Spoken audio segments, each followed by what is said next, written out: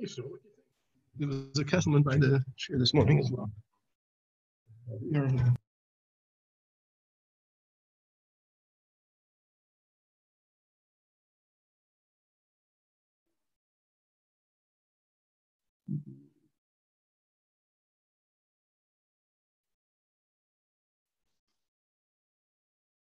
Good morning, everyone. We will begin today's shir on the bottom of Daf Gimel Amud Beis, last two lines on the bottom.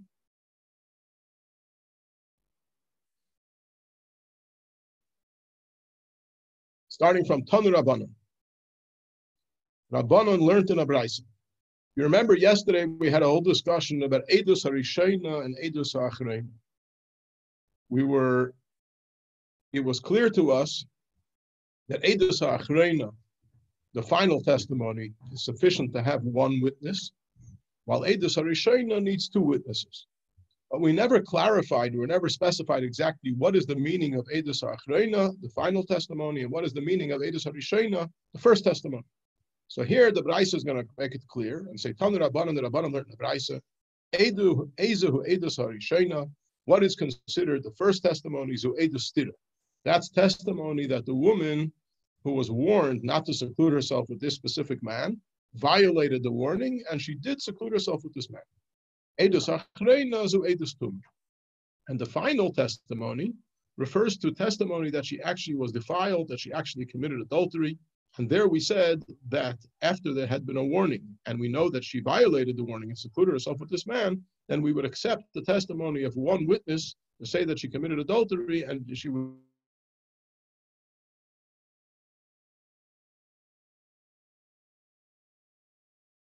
forever. Then the Braisa continues, we know in order to be considered in violation of the husband's warning, she has to have secluded herself with this man. But we haven't yet learned for how long she has to be secluded with this man in order to be considered in violation of his warning. So the Gemara says,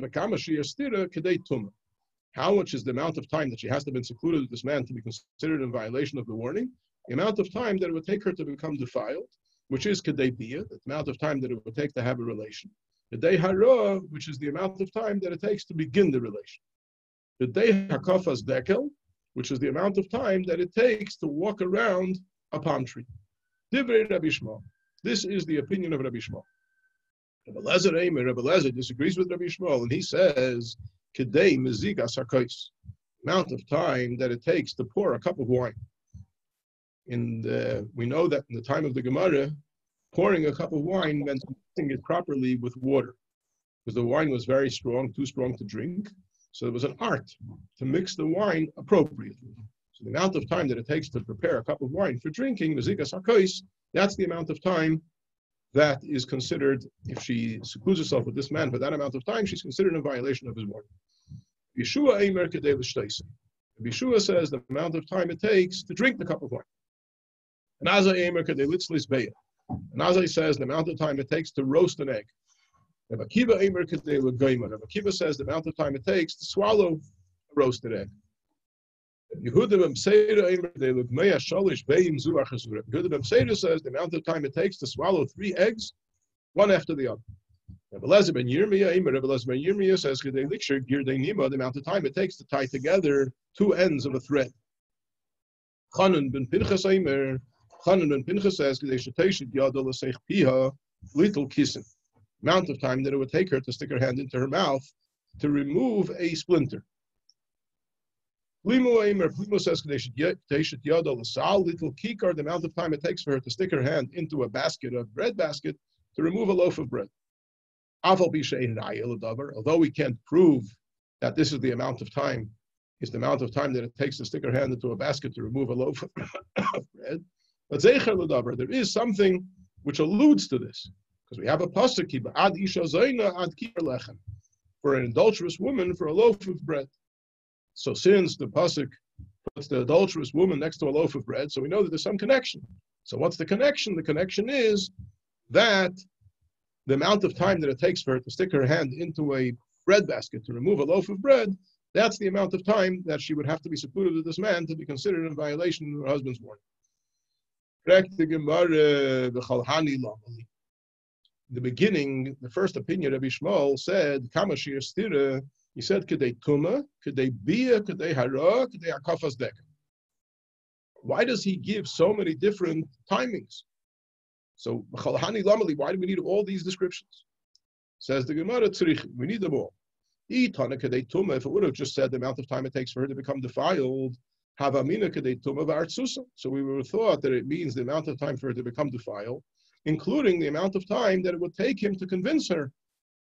So therefore, therefore he adds Kedei Bia, that Kedei Tuma doesn't mean Kedei Tuma v'Artsusa, it just means Kedei Bia. If he would have left it with Kedei Bia, I would have thought that it means to complete the Bia, the amount of time that it takes to complete the Bia. Therefore he continues and says Kedei Hara, that it just Hara is Tchilas Bia. So it just needs the amount of time to begin the Bia. If it would have just said Kedei Hara, I would have thought the amount of time that it takes to begin the Bia, including the time that it takes for him to convince her. Kamash Malan, Kedei Tuma, therefore we use the words Kedei Tuma, that it's only Kedei Tuma, but not Kedei Tuma v'Artsusa. Kama Kedei Hara, how much time does Hara actually take? Kedei Akafas Dekel, he adds in the amount of time that it takes to go around, to walk around a palm tree.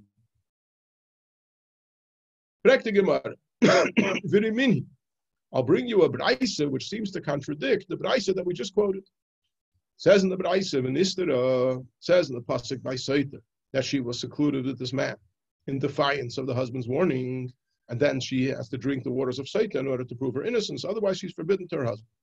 But the Torah doesn't actually tell us how much is the amount of time that she has to be in seclusion with this man in order to be considered in defiance of the husband's warning. When the pasuk continues after V'nistera, it says V'nistera v'hinitma hava omer. So this teaches us Kedei Tuma, how much is the amount of time that she has to be in seclusion with this man. Kedei Tuma, the amount of time that it takes to become defiled, which is Kedei Bia, which is the amount of time that it takes to have a relation. Kedei Hara, the amount of time that it takes to begin the relation, which is Kedei Chazaras Deka, the amount of time that it takes for a palm tree to return to its place. Divrei Rebbe Lezer. This is the opinion of Rebbe Lezer. Rebbe Yeshua says, Kedei Mezigas HaKois, the amount of time it takes to pour a cup of wine. As we mentioned before, that pouring a cup of wine also means mixing it with water to get the proper mixture. And Azai says the amount of time it takes to drink the cup of wine. Rebbe Akiva Eimer Kedei Litzleis Beir. Rebbe Akiva says the amount of time it takes to roast an egg. Rabbi Yehuda ben Seira Eimer Kedei L'Geimer. Rabbi Yehuda ben Seira says the amount of time it takes to swallow an egg. So originally the Gemara was of the opinion, the Gemara thought that Hainu Hakafas Dekel, Hainu Chazaras Dekel, that the expression of Hakafas Dekel, which is used in the first Brais, which we translated to go around the palm tree, to walk around the palm tree, and the expression of Chazaras Dekel for a palm tree to return to its place, are basically two ways of saying the same thing. And therefore we had a question, in the first Brais, Rabbi Shmuel was of the opinion that the amount of time necessary to consider her in defiance of the husband's warning was Kedei Hakafas Dekel, the amount of time it takes to walk around a palm tree. And Rebbe Lezer, for some reason, disagreed with him, and he brought in a different amount of time. And here in the second Brais, Rebbe Lezer himself says Kedei Chazaras Dekel. So if we're going to say that Chazaras Dekel and Hakafas Dekel are the same thing, then it doesn't make sense that Rebbe Lezer would disagree with Rabbi Shmuel in the first Braisa, and in the second Braisa say exactly what Rabbi Shmuel said in the first Braisa. Amar Abaye. So Abaye answered, Hakafa beregel, Chazara beruach. Hakafa and Chazara are two different things. Hakafa means to make a circle around the palm tree, walking around with your feet. Chazara beruach. Chazara's dekel means when you push the palm tree and it returns to its place, the amount of time that it returns to its place, that is the meaning of Chazaras Dekel, for the palm tree to return to its place. But Rav Ashi asked the question, Chazara beruach, now that you're telling me that Chazaras Dekel means that it returns to its place after it's been pushed out of place,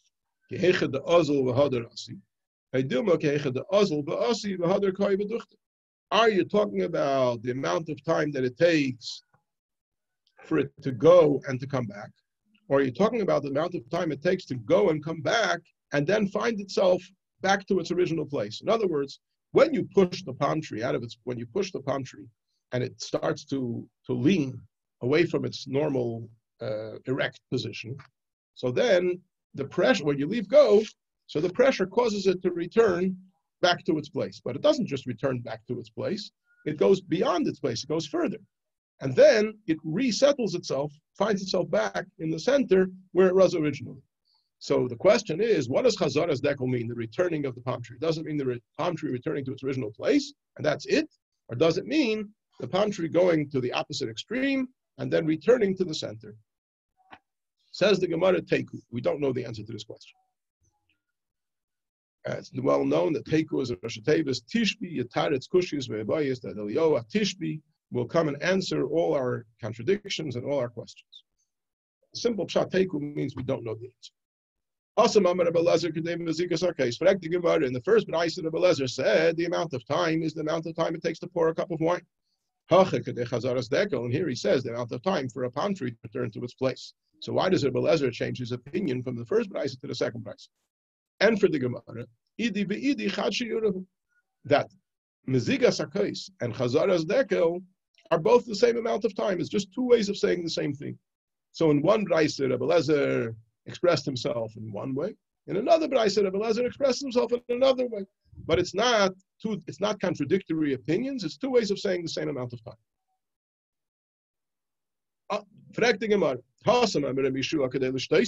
In the first B'nai, Rabbi Yeshua said the amount of time that it takes to drink a cup of wine. And here in this B'nai, he says the amount of time it takes to pour a cup of wine. So it seems to be a contradiction between Rabbi Yeshua in the first B'nai and Rabbi Yeshua in the second B'nai. Probably in both B'nai he means to say the same thing. The amount of time that it takes to pour a cup of wine and drink it. So therefore, there's no contradiction between the first B'nai and the second B'nai. So although in one B'nai he says pouring a cup of wine, in the other B'nai he says drinking a cup of wine, because the intention is the combined amount of time for how long it takes to pour a cup of wine and to drink it. Why don't you answer the same question that you answered before? Maybe pouring a cup of wine and drinking a cup of wine take the same amount of time. And that's why he can say in one B'nai pouring a cup of wine and another B'nai drinking a cup of wine. Why are you stretching yourself to say that when he said pouring, he actually meant pouring and drinking? And when he said drinking, he actually meant drinking and pouring. Wouldn't it be easier to say that they're just both the same shear, the same amount of time, and therefore there's no contradiction? Says the Gemara, in Kain Hein Rebbe Lezer. Problem with that would be that if that's the case, then he's not saying anything different from Rebbe Lezer. And obviously, you can't be two opinions in the Braisa saying the same thing. So therefore, we're compelled to say that it's not Idi Chad Sheyura, that the amount of time it takes to pour a cup of wine, the amount of time it takes to drink a cup of wine, cannot be identical, because there's a machlekes in the Braisa, one said to pour a cup of wine, and one said to drink a cup of wine. But rather, we have to say that when he says pouring, when he says drinking, in both cases, he means the same thing. He means the act of pouring and the act of drinking. The first B'nai Ben Azai says the amount of time it takes to roast an egg. Here he says the amount of time it takes to drink a cup of wine. And for the Gemara, so obviously the amount of time it takes to roast an egg and the amount of time it takes to drink the cup of wine are the same amount of time. The first B'nai Rebbe Akiva said the amount of time it takes to swallow a roasted egg.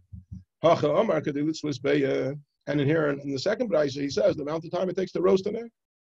And for the Gemara, obviously in both B'nai his intention is the same. He means to say the amount of time it takes to roast an egg and to swallow. Why don't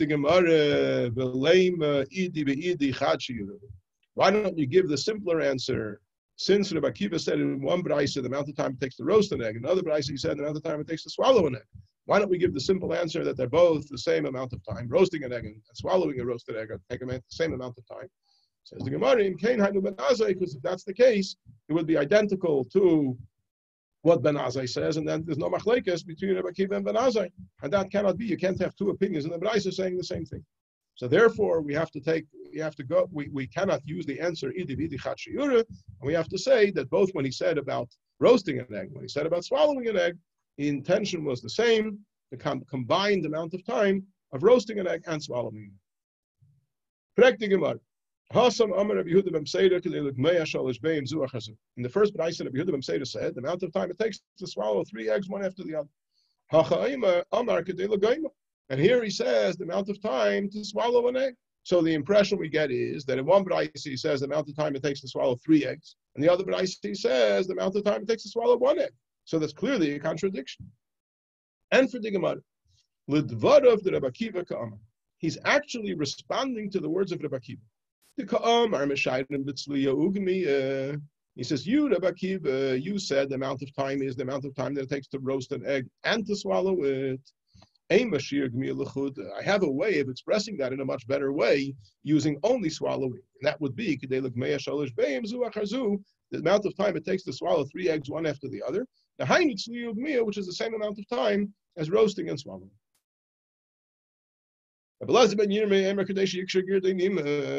Braisa, we brought the opinion of Elazar ben Yirmiyah, who says the amount of time is the amount of time it takes to tie together the ends of a thread. Boy, Rav Ashi asked the question, are we talking about a case where the ends of the thread are far from each other, and therefore it will take longer to bring them together and tie them together? Are we talking about a case where they're close to each other, and it will take a shorter amount of time to bring them together? Says the Gemara, we don't know the answer. Chanan ben Pinchas said it's the amount of time that it would take her to stick her hand into her mouth to remove a splinter. But Rav Ashi asked, removing a splinter, how long is a piece of string? How long does it take to remove a splinter? The mahadik, are we talking about where the splinter is very tight in her teeth and therefore it's a big avodah to remove it? It's going to take a lot of time. Or are we talking about a case where the splinter is not tight in her teeth and she can easily remove it? That would be 2 completely different shiurim. Says the Gemara, we don't know the answer to this question. If you remember, Plimu said in the Braisa, the amount of time it would take her to stick her hand into a basket, a bread basket, to remove a loaf. Boy, Rav Ashi asked, are we talking about where the loaves are tightly pressed against each other, and therefore removing a loaf would take a significant amount of time to get it out of the pressure of the other loaves that it's surrounded by? Or are we talking about where it's not tightly fit between the other loaves and it's easy to remove it? Again, the Gemara says, we don't know the answer. I'm sorry. Then he asks another question. Are we talking about an old basket, which the rough edges have already been worn down, and therefore it'll be easy to remove it? Or are we talking about a new basket, which is going to be has a lot of rough edges and it takes longer to remove a loaf of bread? We're talking about an old basket that's already been used a lot, and therefore it'll be quicker to remove the loaf of bread. Are we talking about a fresh, hot loaf of bread? Or a cold loaf of bread that's already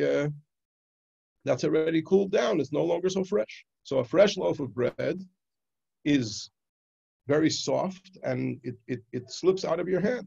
While once it's already been around for a while, you get a grip of it much easier. So it will change the amount of time. With the chiti, are we talking about a loaf of bread from wheat or a loaf of bread from barley? And Rashi says that a loaf of bread from wheat is smoother and therefore will slip out of your hands more than a loaf of bread of barley, which is rougher, and you can get a grip on it more easily. Is it made from are we talking about a loaf of bread made from a soft batter? Or are we talking about something made from a firm batter? And all this would change the amount of time that it takes to remove it from the basket, because if it's made from a soft batter, it's more slippery. Made from a harder batter, from a firmer batter, it'd be easier to grip it. And all these questions the Gemara answers but we don't really know the answer. Amar Rav Yitzchak bar Yosef, Amar Rav Yechon. Yitzchak bar Yosef said in the name of Rav Yechon. All these Tanoim that are having these different opinions about how long it takes Shir Tumah, Shir Biyah, they're all relying on their own experiences. And they're estimating based on their own experience. How can you say that they're all going by their own experience? One of the participants in this conversation, one of the opinions that is brought here is the opinion of Ben Azai. And we know that Ben Azai was the one who said, Nafshi chashka b'Torah, that I'm excited about the study of Torah. I want to devote my entire life to the study of Torah. And therefore, Ben Azai never married because he wanted to devote himself completely to Torah. So the question is, how could you say that each one is giving his own experience? Ben Azai never married. And for the Gemara, Iba is saying, if you want, I'll answer you, Nasiv Pirashad. Ben Azai did marry at one stage in his life, but then he separated or divorced his wife so that he could completely devote himself to Torah. Iba is saying, or if you want, I'll answer you, Meirabe Shmiel, that he heard it from his Rebbe. So he himself didn't have this experience, but he heard from his Rebbe who had the experience. Iba is saying, and if you want, I'll tell you, say the Hashem Lireyav. The pasuk says Hashem's secret is to those who fear him. So because Ben Azai was such a tzaddik and was so devoted to Torah, so Beruach HaKodesh, he was informed the information that he needed to know to understand the halach. Darash Rav Avira taught. Zimn Amar Le Mishmei Reb Ami, Zimn Amar Le Mishmei Reb Asi. Rav Avira used to chazer over this drash, sometimes in the name of his Rebbe Reb Ami, and sometimes in the name of his Rebbe Reb Asi. The person eats bread without washing his hands. It's equivalent to having a relation with a Isha Zaina. Shenemar, as it says in the pasuk, ad Isha Zaina ad kikar lechem, for an Isha Zaina until a loaf of bread. So there's some comparison being made in this pasuk between an Isha Zaina and a loaf of bread, and the Gemara suggests that the comparison is teaching us that eating bread without netilas yadayim is equivalent to having a relationship with an Isha Zaina. Amar Rava, so Rava asked, is this derived from the pasuk Ba'ad Isha Zaina ad kikar lechem? It seems Ba'ad kikar lechem ad Isha Zaina, like if the teaching that we're trying to derive over here is that eating bread without netilas yadayim is equivalent to having a relationship with an Isha Zaina, then surely the pasuk should have been structured the other way around. It should have first said kikar lechem and then Isha Zaina. But the pasuk first says Isha Zaina and then kikar lechem. So it doesn't seem to be implying that something that happens with a kikar lechem is equivalent to an Isha Zaina. Ela Amar Rava, but rather Rava says, Kol haba Isha Zaina l'seif mevakesh kikar lechem. The person has a relationship with Isha Zaina, and ultimately he will become so impoverished that he'll be searching for a loaf of bread. Amar Reb Zrika, Amar Reb Elazar. Reb Zrika said in the name of Reb Elazar, Kol hamazazel b'netilas yadayim, one who is lax with the mitzvah of netilas yadayim, nekar min ha'olam, will be uprooted from the world. Amar Rav Chia bar Ashi Amar Rav. Rav Chia bar Ashi said in the name of Rav, Mayim rishenim tzarashim via yadav l'mayla. When you wash your hands before the meal, so after washing your hands, you should lift up your hands upward so that the water should drip down from your hands onto your arm and not the opposite way. Because if it drips down to your arm and then it comes back onto your hand, it makes your hand tummy again.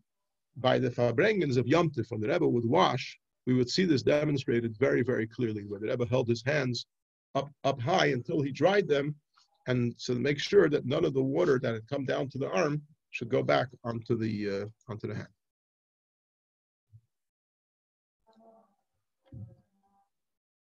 When you wash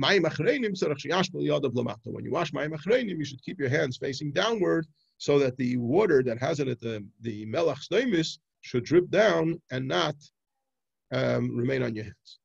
Tanya nami hachi, we also learned so in a braysa hanetel yadav tzarashim via yadav l'mayla.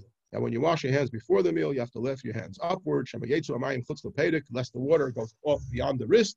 Yachzru v'yitamu seyadayim, and comes back and makes your hands tummy. Amar Rabba Bo said, Kala eichel pas b'leinigav yadayim, a person who eats bread without drying his hands after washing them, kilo eichel lechem tamei, is considered like he eats bread that is tummy. Shenamar, as it says in Yecheskel, Vayemer Hashem, Tocha yeichlu b'nei Yisrael es lachmam tamei v'geimer, so the b'nei Yisrael will eat their bread in a state where it's tummy. Now, what is the proof from the pasuk? It doesn't say in the pasuk anything about not drying your hands. So I've seen two explanations. One explanation is that the context of the pasuk is that the Eibishter told Yecheskel that he should bake bread from barley, which is animal feed, and he should bake it on the fire should be made from human. The fuel of the fire should be from human excretion. So it's disgusting.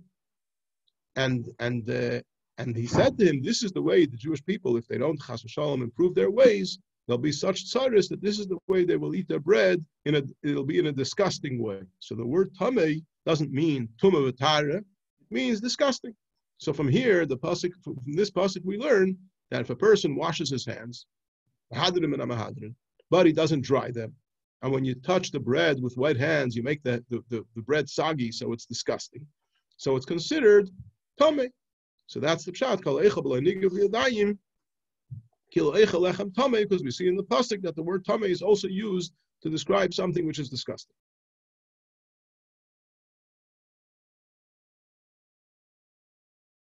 I saw another pshat. I'm trying to remember it, but I don't remember it right now.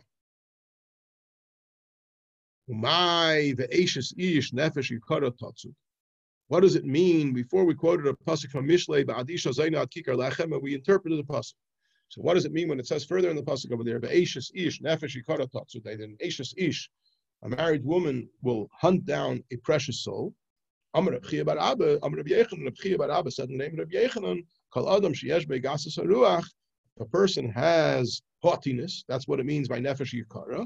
L'pseif nichshal be'eshes ish. She will ultimately stumble in the sin of an eshes ish. And as it says in the pasuk, ve'eshes ish nefesh yikara tatzu. Amar Rava, so Rava questioned this and he said, Hi nefesh yikara. If that's the case, why does the pasuk use the expression nefesh yikara, precious soul? Nefesh gevaya mebayale. It should have said a lofty soul, a person who considers himself lofty. And furthermore, he tatzud mebayale. If it means that he will be trapped into the sin of eshes ish, then it should have said he tatzud, she will trap him. Why does it say nefesh yikara tatzud, as if though the precious soul will be trapping something else? Elam Rava. Rather, Rava interpreted the pasuk as follows: the person has a relation with a married woman. Even if he studied Torah, about which it's written, it's more precious than pninim. Pninim literally means pearls, but the word pninim also comes from the word pnim, inside. It's more precious than the Kohen Gadol. The learning of Torah is more precious than the Kohen Gadol, who goes into the very inner sanctuary of the Beis Hamikdash. This experience of having lived with the eshes ish will hunt him down to the din, the retribution of the punishment of Gehenna. Amar Rabbi Yechanan mishum Reb Shimon ben Yochai. Rabbi Yechanan said in the name of Reb Shimon ben Yochai, Kol Adam sheyesh be'gasas haruach, any person that has haughtiness, kilo eved avodah zarah, is considered as if though he serves idolatry. Why? Because it says in one pasuk, Te'avas Hashem kol gvalev. It's abominable to Hashem a haughty heart. And it says in another pasuk, when it talks about not bringing avodah zarah into your house, it says don't bring an abomination into your house. So if the Torah uses the word Te'avas Hashem kol gvalev, that haughtiness is abominable and avodah zarah is abominable, so we see that having haughtiness is equivalent to serving idolatry. So that's what Rabbi Yechanan said in the name of Shimon bar Yochai. Rabbi Yechanan gave his own interpretation. Amar ki'ilu kafar be'ikir. That one who is haughty is as if though he rejects the essence of Hashem. He completely rejects Hashem's existence. So Namar, as it says in the pasuk, your heart will become uplifted. You'll forget Hashem, your God. So through haughtiness, you come to deny Hashem completely. Says, the person who's haughty is considered as if though he transgressed and lived with all the forbidden relationships that the Torah enumerates. Because in one pasuk it says the abomination of Hashem is a haughty heart. In another pasuk it says, all these abominations were done by the nations that lived in this land before you, and this is written immediately after the enumeration of all the forbidden relationships. So when it says it's forbidden to the forbidden, it refers to the forbidden relationships. So if the Torah uses Te'avas Hashem to describe haughtiness, and it uses Te'eves to describe forbidden relationships, we can learn from here that someone who is haughty is considered as if though he transgressed all the forbidden relationships. Ula Amar Kilu Bana Bama. It's considered as if though he built a private altar on which to bring karbanis, which is forbidden. Shanamar, as it says, hold back from a person whose neshamas in his nostrils. Because what is he worth? Don't read the word bameh, or rather read the word bama. So I guess ha'adam asher neshama ba'apay must be referring to a haughty person, and this is associated with a bama, with a private mizbeach that is made for offering karbanis outside the Beis Hamikdash, which is absolutely forbidden. My yad liyad lo yenake. How do we interpret the pasuk which says yad liyad lo yenake? Amar Rav. Rav said, a person who lives with a married woman, even if he caused Hashem to become the proprietor of heaven and earth. Avram Avinu, like Avram Avinu did. Yichsiv Bey, about whom it says in the pasuk, Harimeisi Yadi El Hashem Kel Elyon. I lift up my hands to Hashem, God of above, Keinei Shamayim Va'aretz, the one who acquires heaven and earth. Lo Yinake Midina Shal Gehinim. He will not be freed, and will not be absolved of the punishment of Gehenna. Kasha L'Hu L'Dvei Reb Shila. So the Talmidim of Reb Shila had a kasha on this interpretation that the Rav gave. They asked, "Hi Yad Liyad Lo Yinake," if it means that even if he's as great as Avraham Avinu, he still won't be absolved from the punishments of Gehenna. What does it say by Avraham? It says, Harimeisi Yadi El Hashem. So it shouldn't say Yad Liyad Lo Yinake, Yadi Mebayale. It should have said Yadi. Yadi Lo Yinake Mebayale. If you look in Haggai Sabach, puts in the two words Lo Yinake again. El Amri Dvei Reb Shila. So the Talmidim of Reb Shila interpret this pasuk different. They said because it says Yad rather than Yadi, so what it implies is Afilu Kibul Torah Moshe Rabbeinu. Even if he received the Torah like Moshe Rabbeinu, the Chsiv Bey, about whom it's written, Miminoi, from his right hand, Eish Das Lama Yaloah, fire to him. But Yanaka Medina Shal Gehenna, he will not be absolved from the punishments of Gehenna. Kasha Leila Rabbi Yechanan. So Rabbi Yechanan has a kasha on this. Hi Yad Liyad. If this is the case, why does it say Yad Liyad? Yad miyad mebayale. It should have said a hand from a hand, because Moshe Rabbeinu was the one who received the Torah from Hashem's hand. So he should be described as Yad miyad, not Yad liyad. Elam Rabbi Yechanan, the Rabbi Yechanan says, Afilu eiset tzedakah b'seiser. Even if he gives tzedakah secretly, Dichsiv, looking in our guys Habach, Dichsiv ba, about whom it says, when it says giving tzedakah secretly is a tremendously great mitzvah, about which it's written, Matan b'seiser yichba'af, that giving tzedakah secretly turns away the wrath. He still will not be cleansed. If he lived with an Eshes Ish, he still will not be cleansed from the punishment of Gehenna. Basically, God doesn't take any bribes. And if you did this terrible Aveda, then you'll have to pay for it, independent of whether you studied Torah, or you gave tzedakah, or whatever you did. You didn't have to learn Torah and be Makayim mitzvahs, be Erliche Yidden, and the Ebershter will give Yidden all wonderful things, B'teiv HaNireh VaNigla, be Afreilich and Mayid for everyone, Afreilich and Yamtiv, and Amir Hashem, tomorrow we'll continue. Question for you. Can I say that again, please? Of course. In the previous Omid, when you speak about the times of Stira, after Stira, you take them to the Beis HaMikdash and you do the Mechikas Hashem, right? Correct. So we're talking about a very small amount of time over here, whether it's whatever the time is. Are we prepared to wipe Hashem's name for a Stira of such a short time when realistically, you know and I know and everybody knows that it's impossible for something to happen in such a short period of time, and we're prepared to wipe Hashem's name for that? So let's start with the beginning of the Gemara was Kama Shir Stira Kedei Tuma. So it has to be the amount of time that practically something could have happened. Now the discussion is, how much is that amount of time? What's the minimum? Yeah. So, but if it's less than the amount of time that something could have happened, then you're 100% right. There's no discussion about that. The whole discussion is, how much is the amount of time that something could have happened? Considering the fact that these two people have not just started their relationship right now, because there was a warning given. So obviously there was some suspicious activity before. So therefore, we could suspect that in a short amount of time, something might have happened. And for that, we're prepared to wipe out Hashem's name for if it's Kedei Tumah, then yes. If it's not Kedei Tumah, then no. That makes sense? We're not starting off with Kedei Chazaras Dekel or Kedei Shtia, Kedei Mezigas HaKos. We're starting off with Kedei Tumah. The only question is, how much is Kedei Tumah? And don't forget that we said Kedei Hara. It only needs to be Tchilas Biyah. All right. The next question I have is that obviously they don't have watches and clocks in those days, and that's why measure time. They used to measure time with all different things, and because they had sundials, and it depends how the sun and everything. But we find in Shabbos they did measure time. They did give concepts of shkia, and they did know how to calculate hours in the day and shows maniyos v'cholo v'cholo.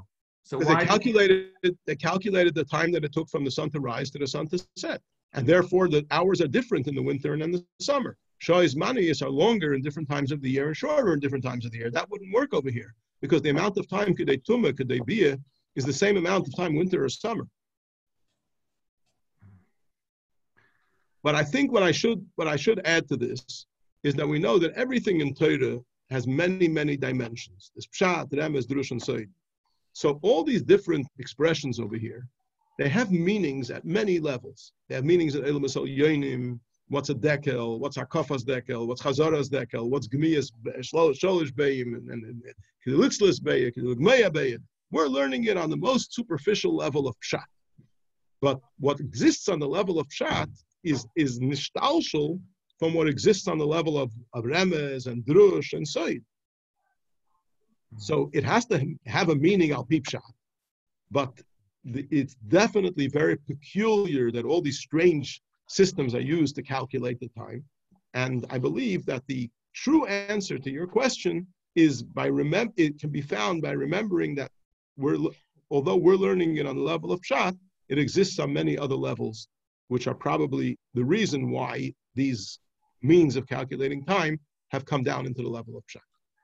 Do we find this concept of the way these Tanoim are giving time zones, do we find that by other Averas or other things like Kedei this, like you commit an Avera and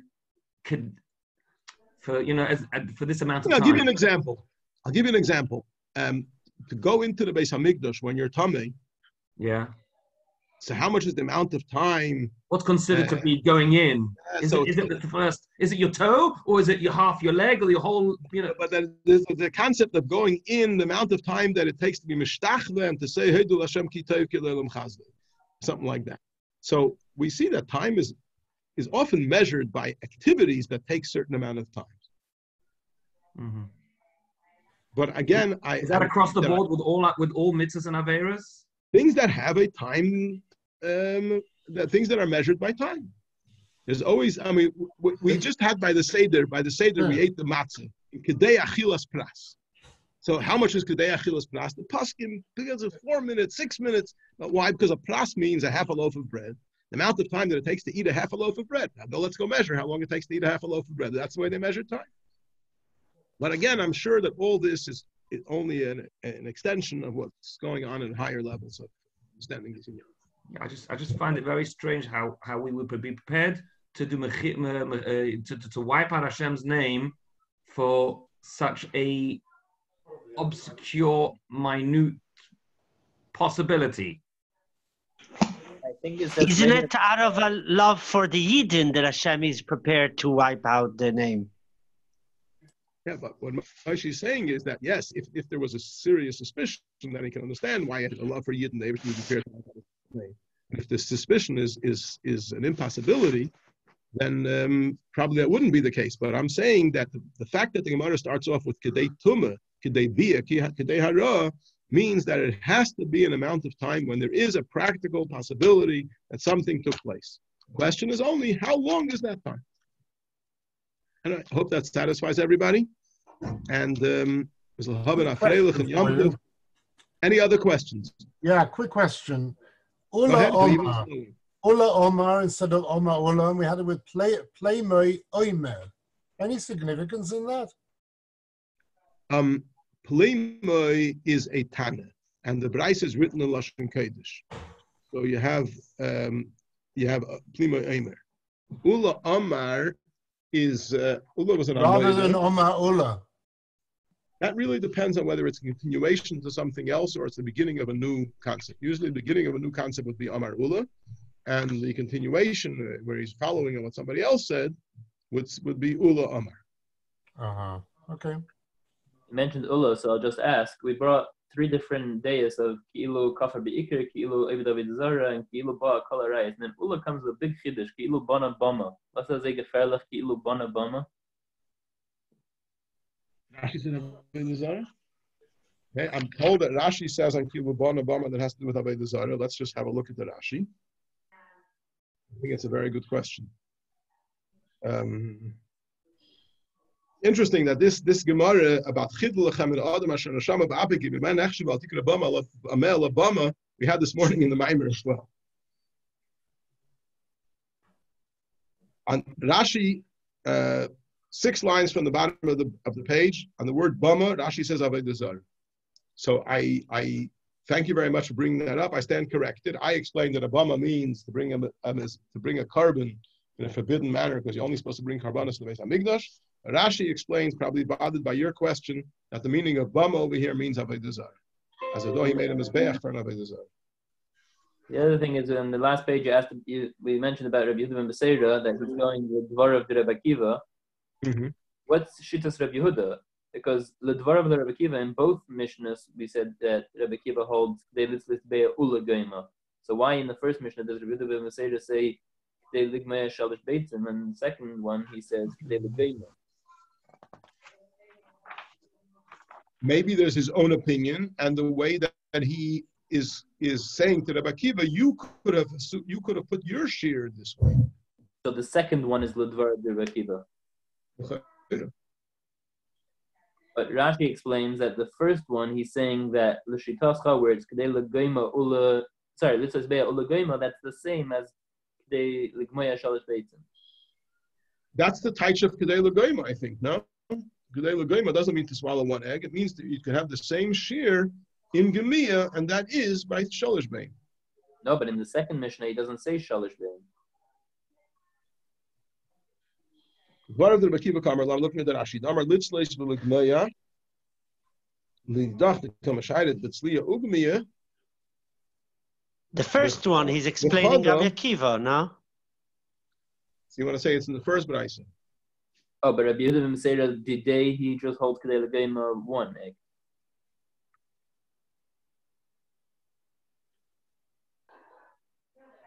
Yeah, l'chora, that's what it means. I think that would make sense. Thank you, Rabbi Radu. Mazel tov, Chassan. Okay, good night, everybody. I get married. I get my shkach. All tov.